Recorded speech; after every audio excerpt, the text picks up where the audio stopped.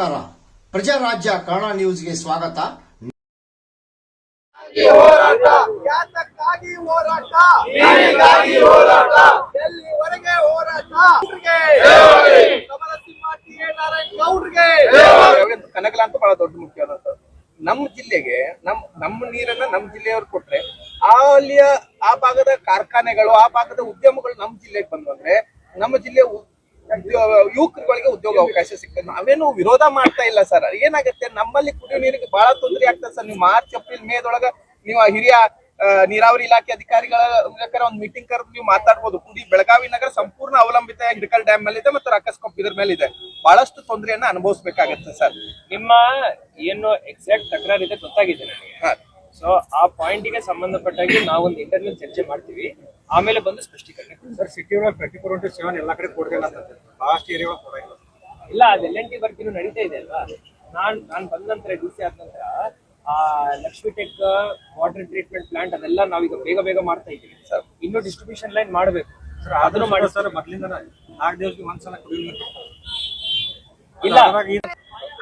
ಏನು ಬೆಳಗಾವಿ ಜಿಲ್ಲೆಯ ನಮ್ಮೆಲ್ಲರ ನಾರಿಮಿಡಿತವಾಗಿರುವಂತ ಹಿಡಕಲ್ ಜಲಾಶಯ ಸಂಪೂರ್ಣವಾಗಿ ಬೆಳಗಾವಿಯ ಅರ್ಧಕ್ಕಿಂತನೂ ಹೆಚ್ಚು ತಾಲೂಕು ಕೇಂದ್ರಗಳಲ್ಲಿ ಮತ್ತು ಬೆಳಗಾವಿ ನಗರಕ್ಕ ಸಂಪೂರ್ಣವಾಗಿ ಕುಡಿಯುವ ನೀರಿನ ಜನರು ಅದ್ರ ಮೇಲೆನೆ ಅವಲಂಬಿತರಾಗಿದ್ದಾರೆ. ಆದ್ರೆ ಇವತ್ತು ಪಕ್ಕದ ಧಾರವಾಡ ಜಿಲ್ಲೆಗೆ ಒಂದು ಕೈಗಾರಿಕಾ ಪ್ರದೇಶವನ್ನ ನೆಪಕ್ಕಿಟ್ಕೊಂಡು ಯಾವುದೋ ಒಂದು ದೊಡ್ಡ ಕಂಪನಿಗೆ ಸರ್ಕಾರನೋ ಅಥವಾ ಸಚಿವರುಗಳು ಅದಕ್ಕೆ ಒಂದು ಆಮಿಷ ಒಳಗಟ್ಟು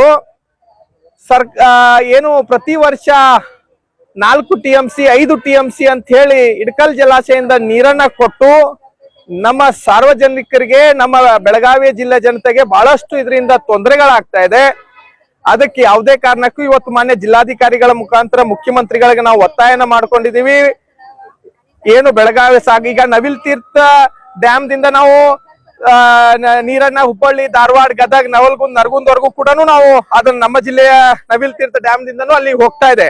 ಆದ್ರೆ ಈಗ ಬೆಳಗಾವಿ ಜಿಲ್ಲೆ ಹಿಡಕಲ್ ಡ್ಯಾಮ್ ದಿಂದನೂ ಮತ್ತೆ ಧಾರವಾಡ ಕೈಗಾರಿಕಾ ಪ್ರದೇಶಕ್ಕೆ ನೀರನ್ನು ಕೊಡೋದ್ರಿಂದ ಎಲ್ಲೋ ಒಂದು ದೊಡ್ಡ ಸಮಸ್ಯೆಗೆ ಬೆಳಗಾವಿ ಜಿಲ್ಲೆ ಒಳಗಾಗ್ತದೆ ಅಂತ ಹೇಳ್ತೇವೆ. ಆ ಕಾರಣಕ್ಕೆ ನಾವು ಇವತ್ತು ಜಿಲ್ಲಾಡಳಿತ ಮುಖಾಂತರ ಜಿಲ್ಲಾಡಳಿತಕ್ಕೆ ಒತ್ತಾಯನ ಮಾಡ್ತಾ ಇದೀವಿ, ಒಂದು ಎಚ್ಚರಿಕೆಯನ್ನ ಕೊಡ್ತಾ ಇದೀವಿ. ನೀವೇನಾದ್ರೂ ತಕ್ಷಣವೇ ಆ ಕಾಮಗಾರಿಯನ್ನ ನಿಲ್ಲಿಸದೆ ಹೋದಲ್ಲಿ ಮುಂದಿನ ದಿನದಲ್ಲಿ ದೊಡ್ಡ ರೀತಿಯ ಹೋರಾಟವನ್ನ ಜಿಲ್ಲಾಡಳಿತ ಎದುರಿಸಬೇಕಾಗತ್ತೆ. ಇದು ಹೋರಾಟ ಯಾವ ಸ್ವರೂಪವನ್ನ ತಗೋತದ ಅನ್ನೋದು ಹೇಳಕ್ ಬರೋದಿಲ್ಲ. ನಾವೆಲ್ಲ ಕೂಡ ಬೆಳಗಾವಿಯ ಜಿಲ್ಲೆಯ ಜನತೆ, ಎಲ್ಲಾ ಸಂಘಟನೆಯವರು ಕೂಡ ನಮಗೆ ಬೆಂಬಲಕ್ಕೆ ನಿಂತಿದ್ದಾರೆ. ಈ ಹೋರಾಟದ ಸ್ವರೂಪ ಬದಲಾವಣೆ ಆಗಿ ಜೈಲು ಬರೋ ಪರಿಸ್ಥಿತಿನೂ ಎದುರಾಗಬೇಕಾಗತ್ತೆ. ಅದಕ್ಕೆ ತಕ್ಷಣವೇ ಇದ್ರ ಬಗ್ಗೆ ಗಂಭೀರವಾಗಿ ಪರಿಗಣಿಸಿ ಮಾನ್ಯ ಜಿಲ್ಲಾಧಿಕಾರಿಗಳು, ಮಾನ್ಯ ಮುಖ್ಯಮಂತ್ರಿಗಳು ಇದ್ರ ಬಗ್ಗೆ ಸೂಕ್ತವಾದಂತ ಕ್ರಮವನ್ನ ತಗೊಳ್ಬೇಕು ಅಂತ ಒತ್ತಾಯ ಮಾಡ್ತಾ ಇದೀವಿ.